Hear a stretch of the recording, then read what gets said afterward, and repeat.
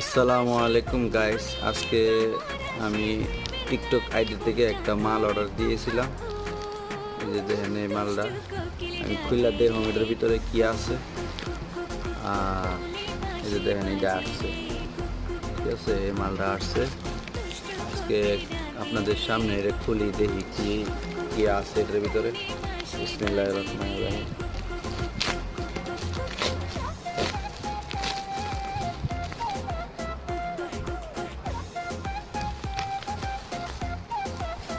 এই যে সেই কেবল দেখেন, চার্জারের কত সুন্দর একটা সিস্টেম।